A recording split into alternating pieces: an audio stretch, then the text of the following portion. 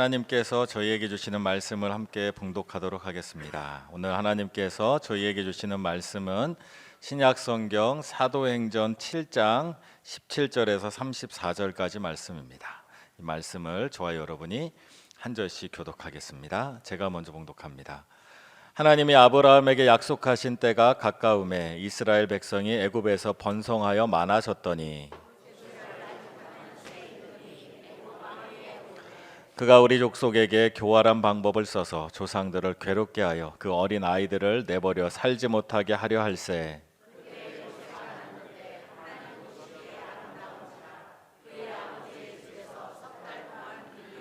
버려진 후에 바로의 딸이 그를 데려다가 자기 아들로 기르매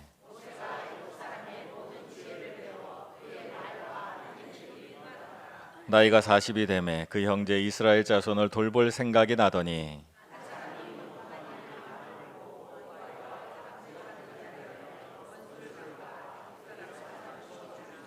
그는 그의 형제들이 하나님께서 자기의 손을 통하여 구원해 주시는 것을 깨달으리라고 생각하였으나 그들이 깨닫지 못하였더라.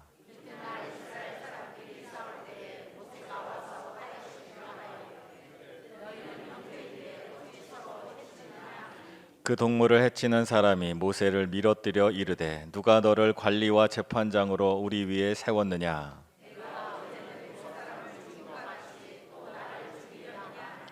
모세가 이 말 때문에 도주하여 미디안 땅에서 나그네 되어 거기서 아들 둘을 낳으니라.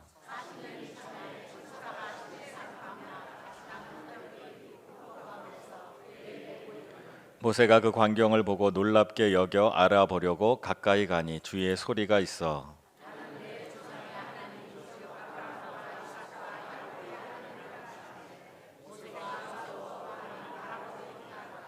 주께서 이르시되 내 발의 신을 벗으라. 내가 서 있는 곳은 거룩한 땅이니라. 내 백성이 애굽에서 괴로움 받음을 내가 확실히 보고 그 탄식하는 소리를 듣고 그들을 구원하려고 내려왔노니 이제 내가 너를 애굽으로 보내리라 하시니라. 아멘. 하나님께서 당신에게 새 일을 행하십니다. 이렇게 인사하겠습니다.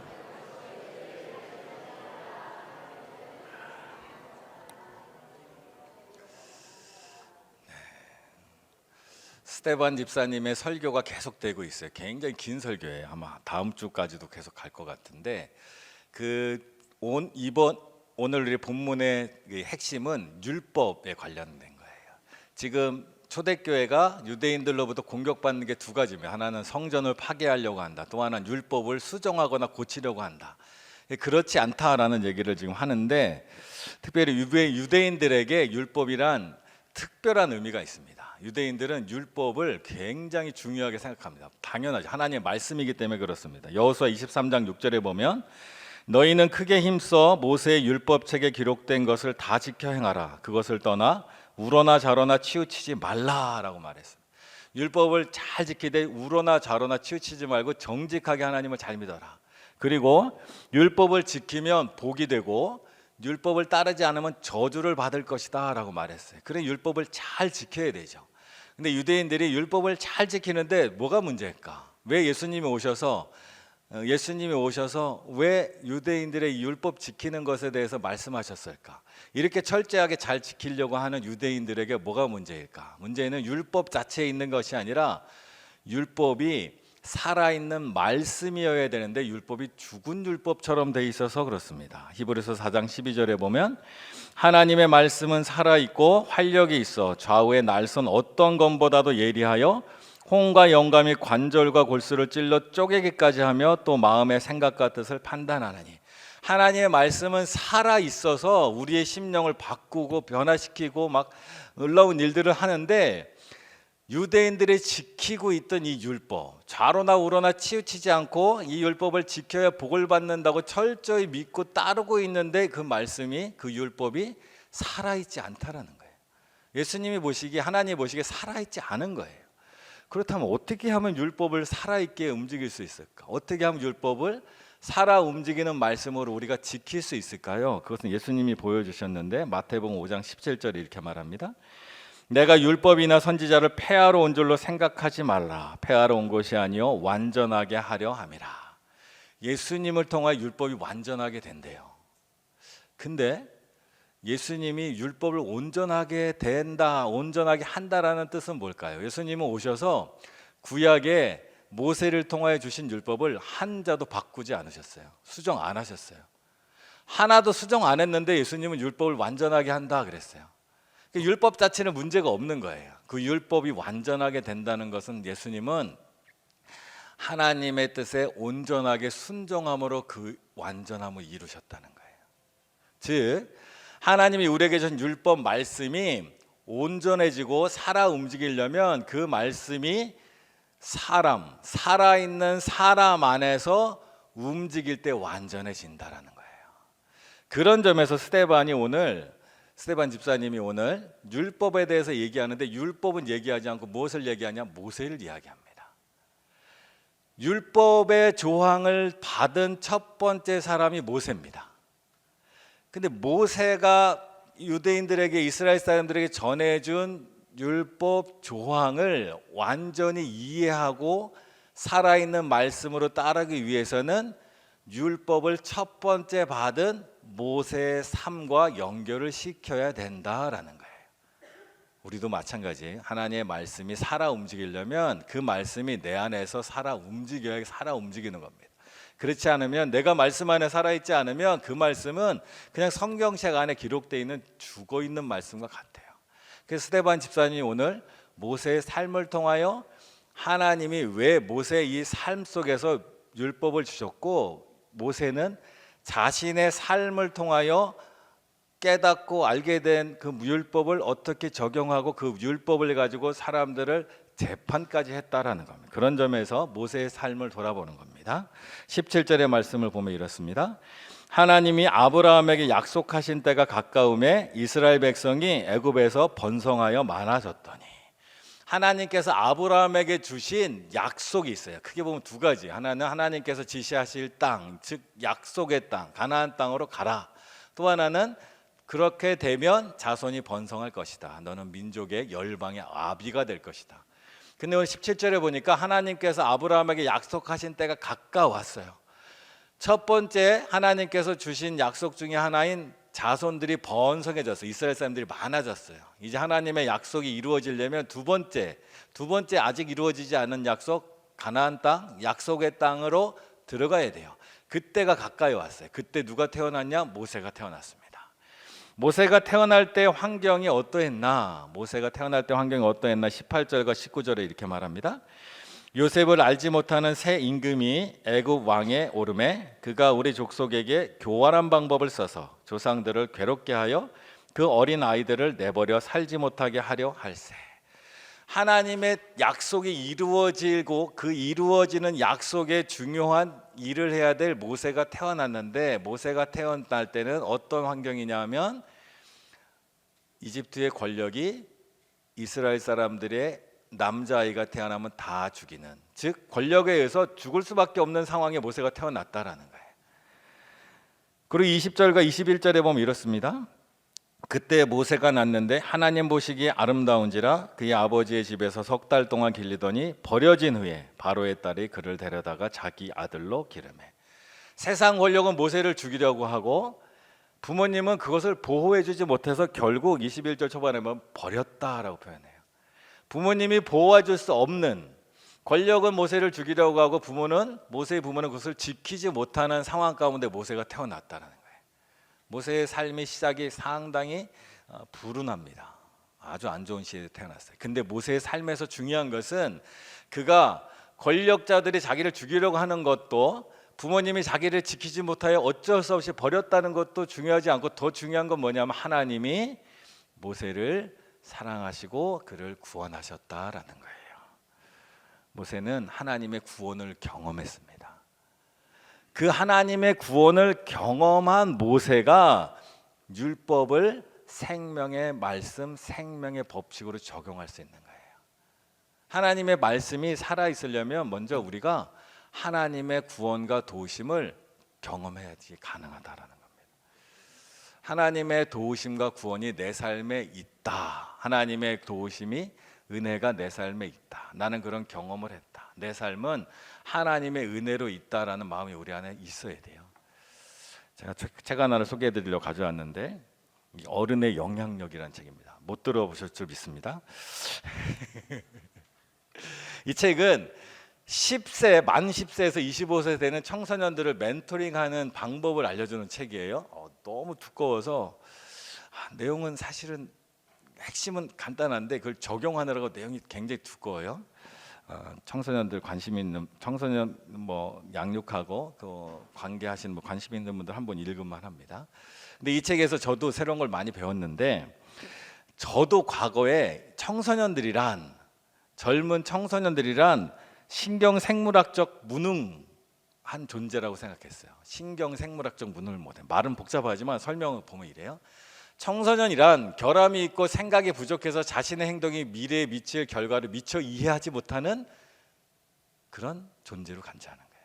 즉, 니네가 뭘 알아? 이런 거죠. 네가 뭘 알아?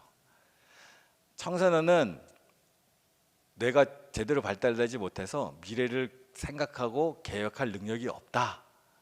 앞으로 일어날 일을 얘네들은 알지 못한다. 그렇게 간주하고 청소년들을 대왔고 저도 사실 그런 줄 알았어요. 근데 이 책을 보면서 이 책은 뇌과학의 발달의 그 연구에 의해서 또 새로운 이론인데 그러다 보니까 청소년을 대하는 부모님의 태도는 크게 보면 두 가지예요. 하나는 강압. 네가 뭘 알아? 내 시키는 대로 해. 그렇죠? 근데 아이들이 점점 반항이 심해지잖아요. 사춘기가 되면. 그러다 보면 이게 나 모르겠다. 제발 이 시기만 잘 지나가면 좋겠다 하고 보호해 줍니다. 그러다 보면 신기하게 아이들이 고등학생이 되고 또 나이가 20대가 넘어가면 어느 순간부터 부모와의 거리가 가까이 와요. 그래서 다 지나갔구나 생각하는데 결코 그렇게 생각할 일이 아니다라는 거예요. 왜 청소년들이 우리가 이해할 수 없는 그런 사춘기 같은 때에 우리가 이해할 수 없는가? 그것은 청소년 때, 즉 10살에서 25살 사이에 청소년들이 가장 필요로 하는 욕구가 뭔지 우리가 이해하지 못했다는 거예요. 10세에서 25세 청년기에 청소년들이 가장 필요한 욕구는 지위와 존중의 느낌을 경험하고 싶다는 거예요. 지위와 존중. 지위라는 건 체면과 지위할 때 그 지위입니다. 생각해 보세요. 우리 자녀들이 자랄 때 생각해 보세요. 어릴 때는 아이들이 잠옷 입고 밤에 나가서 실컷 놀던 아이가 어느 순간 어느 때부턴가 집 앞에 쓰레기 버리러 갔다 오라고 그래도 온 옷을 다 차려입고 양말까지 신고 빗질까지 하고 나가기 시작해요. 그리고 학교 가는데 옷이 있네 없네 옷을 꾸며야지. 조그만 게 뭘 저렇게 꾸며 하고 하는데 그게 바로 무슨 욕구냐? 지위에 대한 욕구예요. 내가 사회적 체면과 지위가 있다는 거예요. 사회적 체면과 지위가 있는 거예요. 그게 중요한 욕구가 된 거예요. 그래서 친구들 사이에 내가 어떤 위치에 있는가 굉장히 중요합니다. 근데 부모님은 그걸 이해를 못하죠. 저 조그만 게 왜 저 모양이야. 또 하나는 존중을 받고 싶어해요. 예전에는 말을 잘 듣던 애가 자꾸 반항을 해요. 예전에는 내가 뭐 말하면 잘 들었는데 이제 어느 순간 듣질 않아 얘네들이. 왜 그럴까요? 부모님이 날 무시한다고 생각하는 거예요. 그래서 청소년들이 자기의 지위, 사회적 지위, 그리고 나는 존중받고 싶어하는 마음이 그 안에 있다는 거예요. 그러니까 우리는 이해가 안 돼요. 저 조그만 게 도대체 왜 저 따위로 생각하고 왜 저 따위로 하는데 이해가 안 되는데 그 아이를 멘토링하는 방법들을 여기 책에 쓰는 거예요. 그건 중요한 게 아니고 책은 관심 있는 분 한번 읽어보세요. 근데 저는 이 책을 읽으면서 제일 마음에 와닿다 좀 깨달았던 게 뭐냐면 10살부터 25살까지다라는 거예요. 10살, 10대, 고등학교쯤까지는 제가 그렇다고 생각을 했는데 25살까지라고 그렇다는 거예요. 그 순간 제가 무슨 생각을 했냐면 저보다 윗세대, 특별히 거제에 살고 있는 제가 신방하면서 삶의 여정들을 많이 들어서 아는데 대부분의 분들이 특별히 타지에서 오신 분들 또 이곳에서 자란 분들도 고등학교 졸업할 때쯤 해서 20대 초반에 낯선 땅에 오잖아요. 그리고 이곳에서 자란 분들도 20대 초반이든 옛날에는 가난하고 힘드니까 이 지위와 존중을 제대로 받을 수 있었을까라는 생각이 들더라고요. 자신의 존재, 체면을 인정받을 수 있었을까? 이게 뭐냐 하면 어릴 때 예를 들어서 어떤 친구들은 이제 고등학교도 가고 대학도 가요. 근데 나는 생활의 전선에 나가야 돼요. 어떤 친구들은 교복 입고 학교 가는데 나는 작업복 입고 회사에 출근해야 돼요. 이때 우리의 지위, 체면이 몹시 흔들린다는 거예요. 그것을 20대 초반에 이 거제도 이사 온 분, 또 이곳에서 자라난 분, 타지로 가지 못하고 가난한 집안의 일들을 해야 되는 분들, 어쩔 수 없이 회사를 다녀야 되는 분들이 느꼈던 그 마음들, 이때 지위와 존중을 받지 못하면, 못했을 때 그냥 지나가고 끝나는 게 아니다라는 거예요. 처음 회사에 나가면 존중받지 못하죠. 아무것도 할 줄 모르니까. 욕이나 안 먹으면 다행이죠. 오늘 어떻게 하면 욕을 안 먹을까. 그리고 또 내가 일을 성실히 한다는 걸 증명돼야 회사에 살아남을 수 있을 터고, 또 회사를 잘리면 갈 데도 없잖아요. 집안에서 오죽하면 여기까지 보냈겠어요. 제가 얘기 들어보니까 나는 너를 기를 자신이 없다. 여긴 먹을거리도 없으니 거제도에 가면 밥도 주고 재워주고 월급도 준다더라. 그래서 오신 분들이 상당히 많지 않을까 생각이 들어요. 그런 젊은 시절 20대 초반에 나의 체면을 유지하지 못하고 회사나 어디서든 존중받기 어려운, 어떻게 하든 살아남아야 하는 그때 이 마음들이 충족되지 못하면 어떤 마음이 들까? 이게 그냥 지나가 버리면 끝나는 게 아니라 그 삶의 어려움이 존중받지 못하고 나를 인정받지 못하면 그것이 결핍으로 남을 수 있다는 거예요. 그러면 나는 나의 지위와 체면을 유지하기 위해서 끊임없이 승진에 대한 욕구가 생기기도 하고, 잘못하다 보면 또 그것을 끊임없이 나의 사람들로부터 인정받기 위해서, 칭찬받기 위해서 나의 실력을 자꾸 길러야 되고 나의 재산을 자꾸 길러야 되는 그런 어떤 각박한 삶을 살 수밖에 없다는 거예요. 20대 초반 우리가 기르고 있는 자녀들은 그 20대 초반에 지금은 부모님의 따뜻한 사랑을 받고 살잖아요. 근데 그 부모님도 너무 힘들어서 따뜻한 사랑을 받지 못하는 바로 그때, 그 인정받지 못하고 존중받지 못하는 삶을 살았을 때 얼마나 그 안에 아픔들이 계속 남아있을까. 내 안에 청소년기에 지지받지 못하고 지위를 인정받지 못하고 존중받지 못한 정도가 얼마나 큰가 여러분 모를 수도 있어요. 근데 요즘 제가 요게 기준이 되는 게 하나 생겼다 싶어요. 뭐냐 하면 넷플릭스라는 곳에서 폭삭 속았수다라는 드라마가 있어요. 그 드라마를 잘 보시면 지위에 대해서, 존중에 대해서 굉장히 많은 소재들이 달아집니다. 어릴 때 백일장에 나갔는데 내가 1등이냐 2등이냐, 반장을 했냐 못했냐, 지위에 대한 문제거든요. 그리고 내 삶에 부모님이 너무 가난해서 내 꿈을 지켜주냐 못 지켜주냐, 존중을 받냐 못 받냐, 그런 대사들이 여러 번 나와요. 이 차원에서 한번 봐도 참 재밌는데, 그래서 그 드라마를 보면서 사람들이 펑펑 운다는 거예요. 펑펑 울수록 내가 청소년기에 존중을 많이 못 받은 사람이에요. 펑펑 울수록 내가 청소년기에 체면을 많이 구기고 산 사람이에요. 근데 드라마 보니까 부모님이 우주가 되어주겠대요. 너의 꿈을 위해서 나의 꿈을 접어줄게 막 이러면서 나타나니까 그걸 보면서 사람이 감정이 막 폭발하는 거죠. 그래서 만약에 드라마를 같이 보시다가 남편이 펑펑 울면 불쌍한 거 잘해주세요. 아내가 펑펑 울면 에이구 불쌍하게 살았구나 잘해주세요. 근데 우리는 신앙인으로서 과거를 바꿀 수는 없잖아요. 내가 어렸을 때 존중받지 못했는데, 모세처럼 태어났는데 날 죽이겠다고 권력에 덤벼드는데 그걸 내가 어떻게 바꿔요? 부모님도 날 지켜주지 못하는데 난 참 불쌍한 인상이다 생각할 수 있지만 그 삶을 하나님의 사랑으로 바꿔간다는 거예요. 하나님이 그럼에도 불구하고 내가 호롤단신으로 이 먼 곳에 와서 어떻게든 살아남으려고 뒤에서 눈물 흘리고 욕 먹으면서 어떻게든 버티려고 두려움 가운데 살아고 애써 살아왔는데 그 가운데 하나님이 나와 함께 하셨다는 것을 알고 고백할 수 있어야 이게 치료가 된다는 거예요.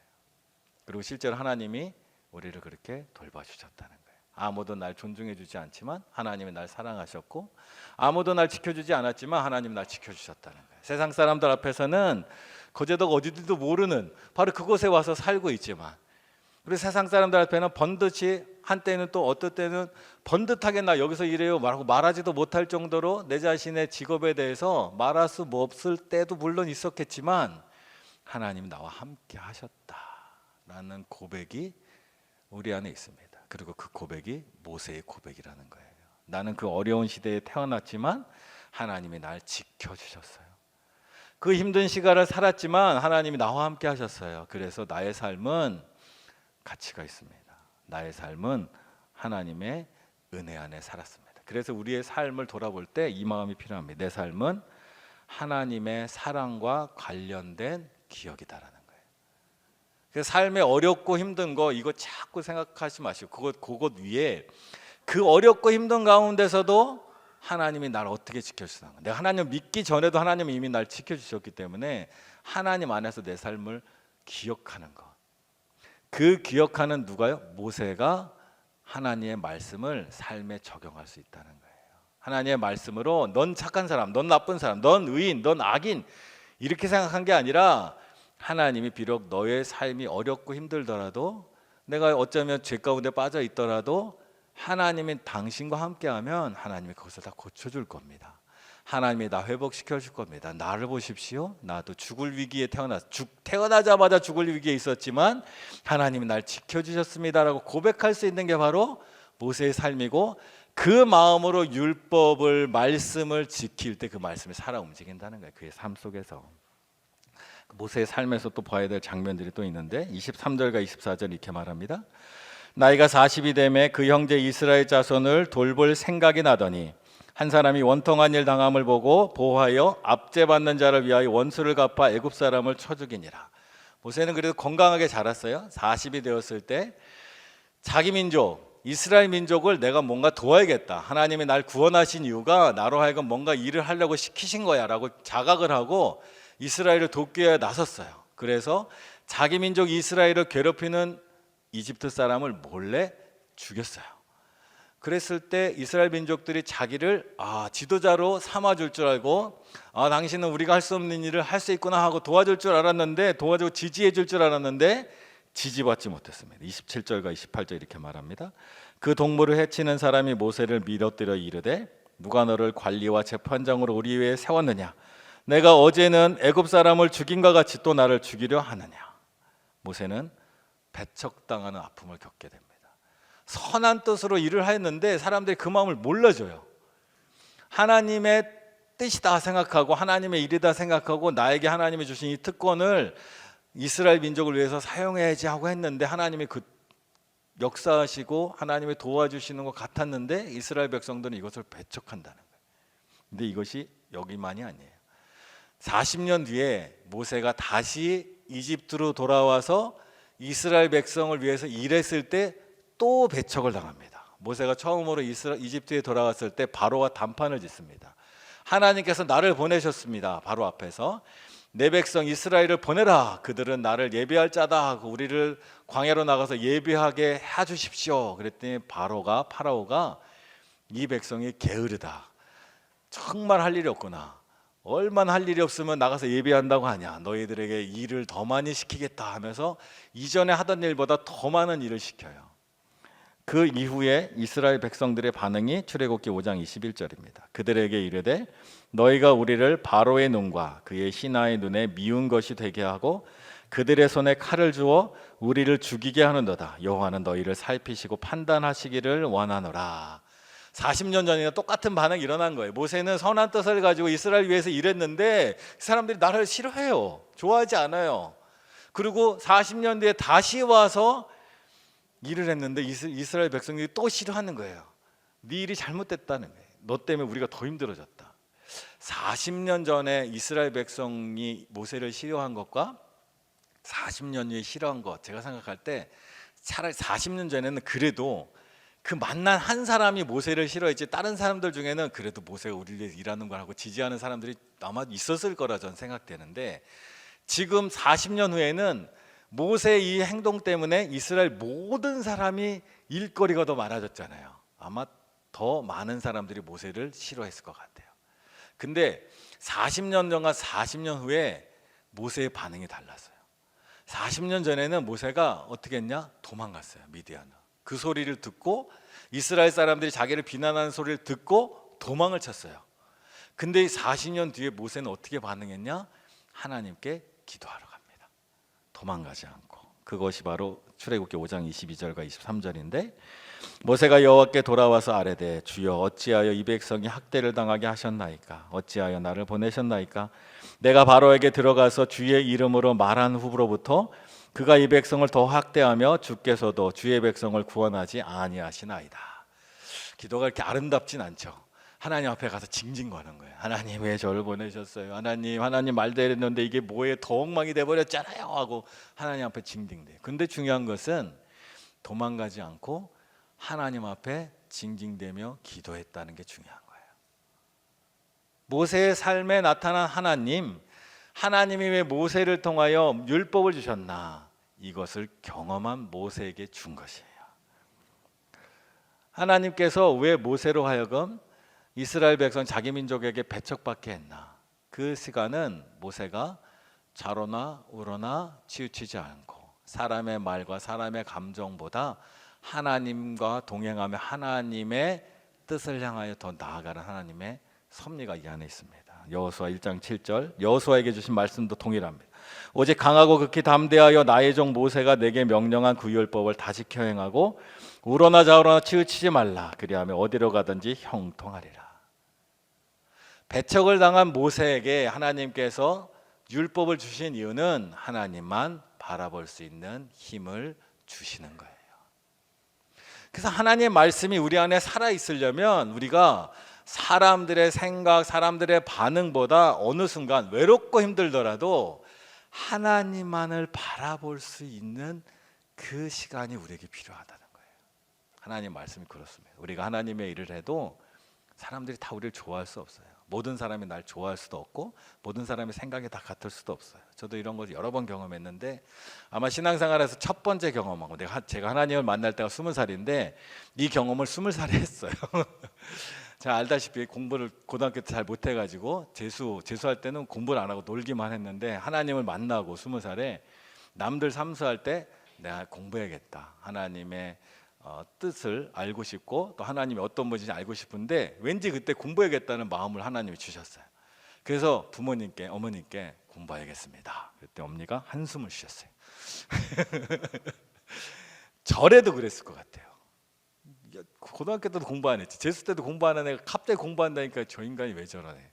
친척들이 왔어요. 어머니의 형제들, 삼촌들이 와서 정신 차려라.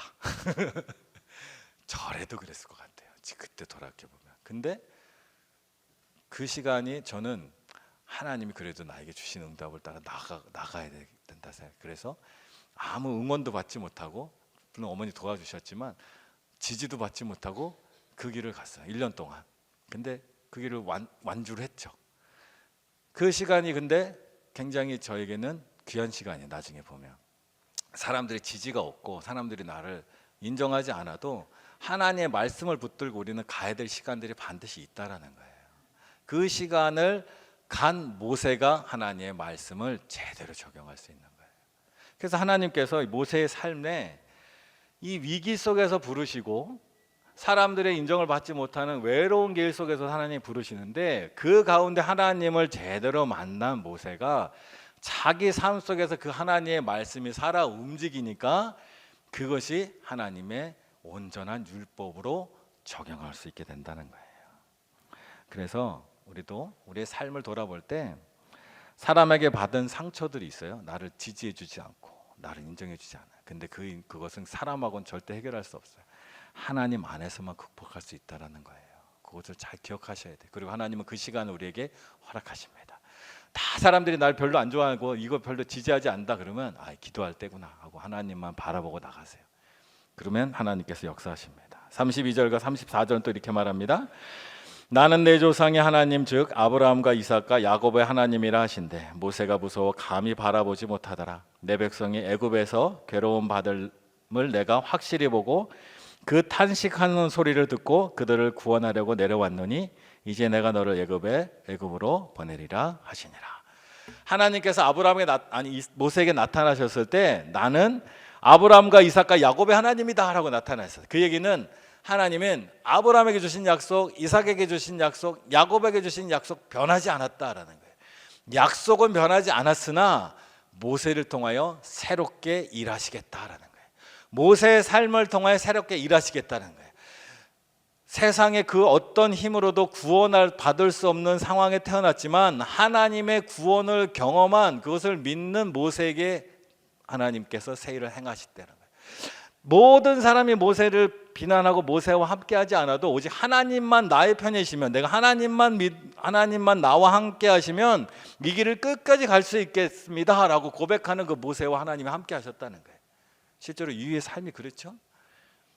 이후에 모세가 바로와 싸울 때 당시 세계 최고의 권력자인 바로가 모세를 죽이겠다고, 이스라엘을 죽이겠다고 오는데 그 아기 때 자기를 구원했던 그 하나님의 능력을 믿는 모세는 끝까지 모세는 바로와 싸울 수 있었어요. 그리고 광야 길을 갈 때 이스라엘 백성이 또 모세를 비난하고 모세를 돌을 던지려고 하고 모세 말을 들으려고 할지 않을 때도 모세는 하나님 말씀만 붙들고 그 길을 계속 가서 결국 가나안 땅으로 가는 거예요.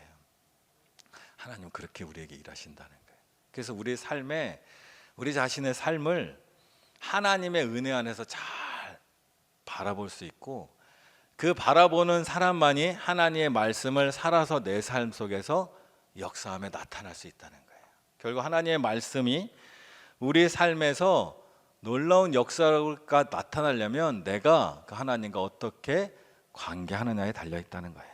모세는 새롭게 일하시는 하나님을 경험하고 하나님은 내 삶에도 새롭게 일하신다는 거예요. 말씀은 변하지 않았습니다. 그 말씀을 내가 어떻게 적용하느냐에 따라서, 어떻게 그 말씀 믿고 나가느냐에 따라서 삶이 달라진다는 거예요. 1920년대 미국 뉴욕에 피오넬로 라과디아라는 판사분이 계셨어요. 뉴욕에 판사를 하셨고 나중에 유학 시장까지 하셨는데, 이분이 당시의 법을 아주 잘 판단하고 판사의 일을 잘 하신 것으로 아주 유명하신 분인데, 1920년대 후반에 미국도 가난했어요. 어려운 시절에 한 노인이 겨울에 빵을 훔친 죄로 잡혔어요. 사흘 동안 굶다가 빵을 훔쳤다가 잡혔어요. 그리고 라과디아 판사의 재판장 앞에 피고인으로 와 서 있는 거예요. 당시 이분이 훔친 빵 벌금이 약, 그 당시 기준으로 보면 $10 정도, 10달러가 이제 100년 전이니까 10달러가 얼마나 큰지 저는 알 수 없으나 그 정도의 벌금이 해당되는 거예요. 이 라과디아 판사가 그에게 매몰차게 벌금 $10 선포한 거예요.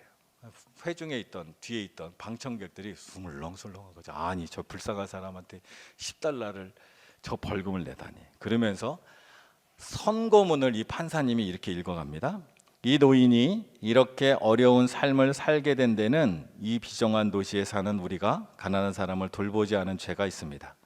그래서 저는 먼저 이 잘못에 대해 내 자신에게 벌금 $10를 선고합니다. 이런 거예요. 그리고 이 법정의 모든 참석자도 함께 잘못을 저질렀으므로 각기 5센트의 벌금을 선고합니다. 그리고 바구니를 돌렸어요. 사람들이 수긍하고 자기도 5센트 다 내. 그래서 거둔 돈이 $57 50센트가 거친 거예요. 그 거친 돈으로 어떻게 했어요? $10는 벌금을 낸 거예요. 법을 지켜야죠. 도둑질 했으니까. 그 대신 그것으로 벌금을 내게 하고 $47 50센트는 그 노인에게 준 거예요. 그리고 그 노인은 그걸 가지고 나와서 빵도 사 먹고 했겠죠. 어느 일정 기간. 바로 법은 변하지 않았습니다. 법이 바뀐 게 아니에요. 근데 그 적용을 어떻게 하느냐에 따라서 놀라운 결과가 만들어지는 거예요. 하나님이 우리를 향한 약속은 변하지 않았어요. 근데 우리가 그 약속을 순종할 때, 순종하는 나 때문에 하나님의 목적이 완성되어 간다는 거예요. 그래서 유대인들이 율법을 지키느냐 안 지키느냐 가지고 복을 받냐 저주를 받느냐, 어떤 것이 지키는 거냐, 너는 왜 율법을 지키지 않냐 지키냐라고 사람들을 판단하고 했는데, 하나님 보시기엔 크게 중요한 게 아니에요. 하나님이 우리에게 주신 율법은, 말씀은 정확한 거예요. 그 말씀이 내 삶에 와서 내가 그 말씀에 온전히 순종하고 나갈 때 그 말씀이 살아서 움직이기 시작하는 거예요. 다 같은 판사지만 같은 법을 어떻게 적용하느냐에 따라서 생명이 살아나는 일이 벌어지는 거예요. 하나님 말씀은 누구에게나 다 주어졌는데 그 말씀을 따라서 내가 어떻게 살아가느냐, 거기에 따라서 하나님의 말씀이 살아 움직인다라는 거예요. 그러기 위해서 오늘 모세가 우리에게, 스데반이 모세의 삶을 통해 우리에게 알려주시는 건 세 가지 기억하시기 바랍니다. 내 삶에 행하신 하나님의 사랑을 기억하십시오. 그리고 사람에게 받은 상처 하나님 안에서 극복될 수 있습니다. 하나님께서 내 삶에 새 일을 행하기 원하신다는 거예요. 그래서 우리 삶이 하나님 안에서 하나님 말씀이 내가 살아 움직일 때 우리 안에 정말 진정한 하나님의 역사가 나타난다는 거예요. 그게 중요한 겁니다.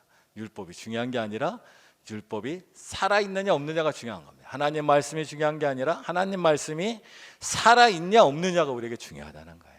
우리 이 마음으로 함께 찬양하며 하나님 앞에 나아가겠습니다. 모두 일어나셔서 원하고 바라고 기도합니다.